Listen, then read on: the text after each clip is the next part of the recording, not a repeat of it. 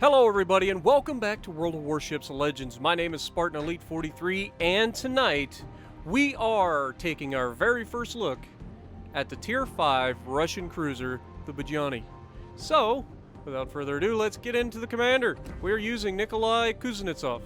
We are using Norman Scott and Isoroku Yamamoto as our two inspirations. We are using Beyond Range, Intuitive, Punch Through, and Fixated, with Equilibrium of Power as our legendary perk. So, we have this thing fully kitted out, as you can see. We are running Aiming Systems Mod 1 and Steering Gears Mod 2. And our loadout, we are using the radar rather than the plane. The radar, not as good as I thought it was. I thought this thing had like 12-kilometer radar at Tier 5. Am I wrong? Because so far, it's only 8 kilometers and only lasts 15.6 seconds. I get it, it's only tier 5, but I thought it was bigger than that. That's what she said, right?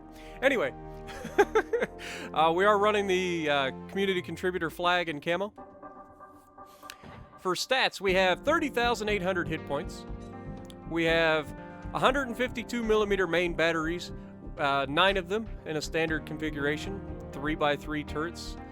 Firing range is 17.5 kilometers, which is really good for a cruiser at Tier 5. Reload time is 8 seconds, which is phenomenal for a cruiser at Tier 5. The Nuremberg is pretty close to that, but I think this one edges it out. Maybe I'm wrong. I'm wrong every time I try to do this, so I don't know why I keep doing it. But anyway, 180-degree turn time of the turret's 25 seconds. Not the greatest, but not horrendous. Maximum HE shell damage is 1,848 with a 10% chance to set on fire. AP shells 3465 when you citadel something. Torpedoes are basically non-existent. You get 4-kilometer defense torpedoes and that's it. If you're in range to get torpedo hits, you've done something wrong. Reload time is 116 seconds. The maximum damage 14,400 and they have a 1.3 kilometer detectability. Maneuverability, 36.1 knots, so it's pretty quick for a cruiser. Turning circle is 710 meters, which is not great for a cruiser. Rudder shift time is 6.9 seconds.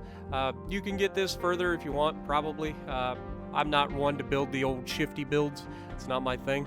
I like to just, keep my distance, try not to be the center of attention, and burn things down that aren't paying attention to me. That's the goal. And then switch to AP when people really aren't paying attention and just punch them in the mouth, as you'll see in this video. Concealment, not good. 12.4 kilometer concealment by sea, 7.8 by air, 2 guaranteed as always, and 6.5 while in smoke. So in smoke, not so bad, but you don't get to generate your own smoke. So if you have a chance to take advantage of somebody else's smoke, it does help. But yeah, the base concealment of this thing is not particularly good. Overview. Sure shot, shells with a good ballistic trajectory maintain velocity, making aiming easier. Long range, above average main battery range, which is what we already talked about. Hit them before they can hit you, exactly. Unwieldy, below average ability to change direction. That's kind of what we already talked about. Budyonny, a light cruiser built under Project 94. The ship was developed from the Kirov-class warships. Unlike her prototype, she was bigger in size and featured significantly enhanced protection. The ship's main guns were smaller in caliber, but had a higher fire rate. She was designed in 1940, so they were never built. But it's a good-looking ship, and the Kirov, as good as it was, it didn't have the armor that you kind of hope for when you do get yourself into a situation where other people can shoot you. This one, as you'll see in this video, holds its own and dishes out the punishment when it's given the opportunity. So hopefully you guys are ready. But without further ado, let's get into the gameplay. Alrighty, so we're going to be on Northern Waters, and we're going to have us a fun match. Now, I think this match, despite the fact that it's not the highest damaging game in the world, is going to be a pretty good demonstration of the ship, because it showcases pretty much all aspects of the ship, at least when the ship is left alone for the most part. We're going to be able to get some good shots at long range on targets, and I can show you guys kind of how easy it is to really use the ship. Now this match is going to go really quickly, so I apologize ahead of time for that, but it's still a very good showcase of the ship in general. Its fire starting potential, its AP potential. Don't get to use the torpedoes, but you're not going to use the torpedoes 99% of the time in the ship, just due to the fact you can see right off the bat I'm checking the range. I don't normally check the stats of my ship ahead of time, so when I get into the match I kind of want to try to figure that out. So you can see I'm like, okay, 17.5 kilometers, not bad. I can deal with that.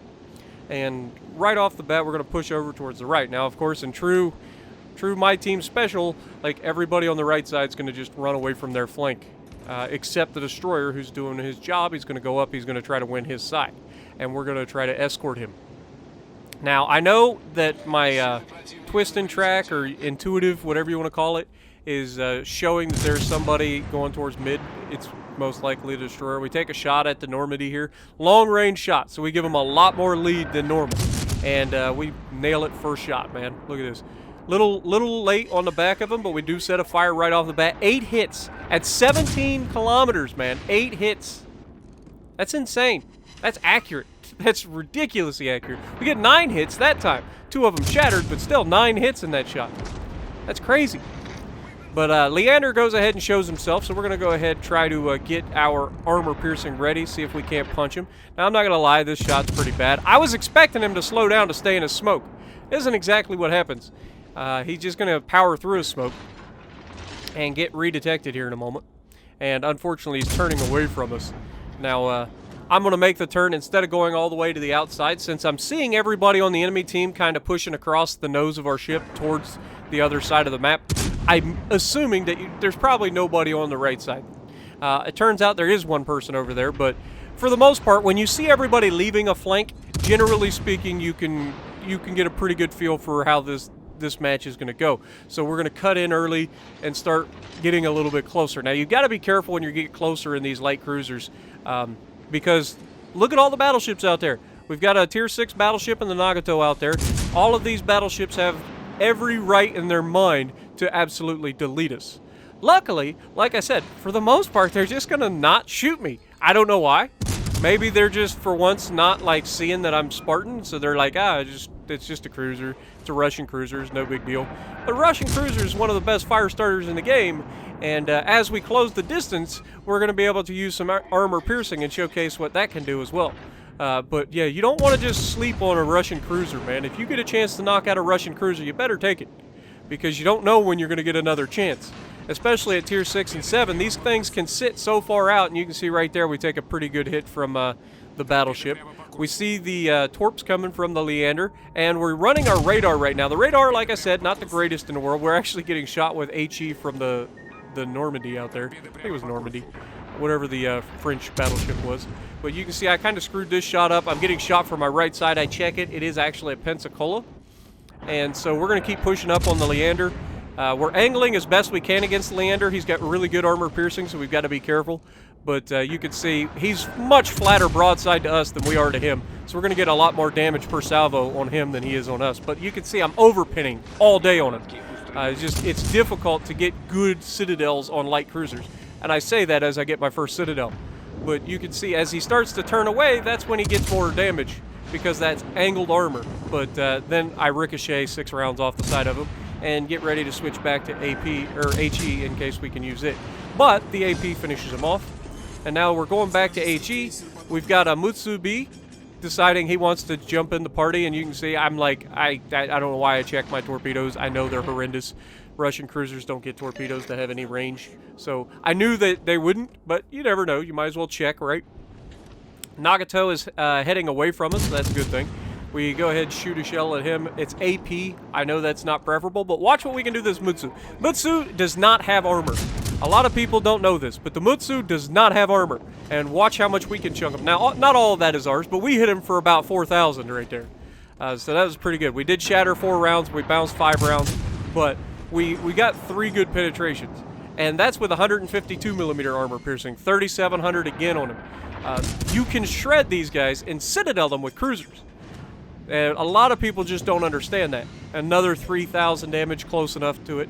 And we're going to switch over to HE now that he's kind of opening the angle up a little bit and start trying to get a fire on him. But then the Pensacola is just trying to irritate me. If that Pensacola had half a brain cell, he would have shot me with AP and deleted me already. He doesn't. clearly. So we're going to go ahead and show them the meaning of AP. And broadside and a floating citadel of sadness, do I need to say it? Pow! First citadel, and don't worry, there's plenty more where that comes from. Unlike most ships that shoot a Pensacola, I can't delete you outright, but I can get 3 citadels now on them. Wait for it. Can I get some more? The answer is yes. The answer is always yes when it comes to can I citadel of Pensacola. It's a Pensacola. And he's broadside to God and everybody, but most importantly, me. So I take another citadel off him. I'm citadeling every time I shoot him, and he's still going, I think I can win this fight if I just keep shooting HE. So then I'm like, well, if he's going to keep shooting HE, I'm going to shoot my rear gun. So I shoot the rear gun, it derps into the water, but the front guns finish him off, getting 2 citadels. He hits us one last time, and that's that. So 9 citadels in this match, so don't be afraid to use AP, especially against cruisers, but even the broadside battleships. We got a good shot at the Ishmael here. We don't want to be spamming AP against an Ishmael unless he's giving us a flat broadside at close range. But so we switch over to the HE, and just as we start to get ready to farm him, he just gets walloped. Nagato finds its mark, and he gets deleted. But I hope you guys have enjoyed this. I know that this one's pretty much over. It was a fun match for me to take out. If you're looking for the Tier 7 French cruiser, I haven't gotten it yet. I still have to get enough silver to buy it. I have the XP, just need the silver. But second on the leaderboard with 1915. Warspite getting a cracking. So good on you there, Dematius. So if you like what I'm doing, punch the like button, leave a comment below, subscribe to the channel if you haven't already, and as always, I will see you in the next video.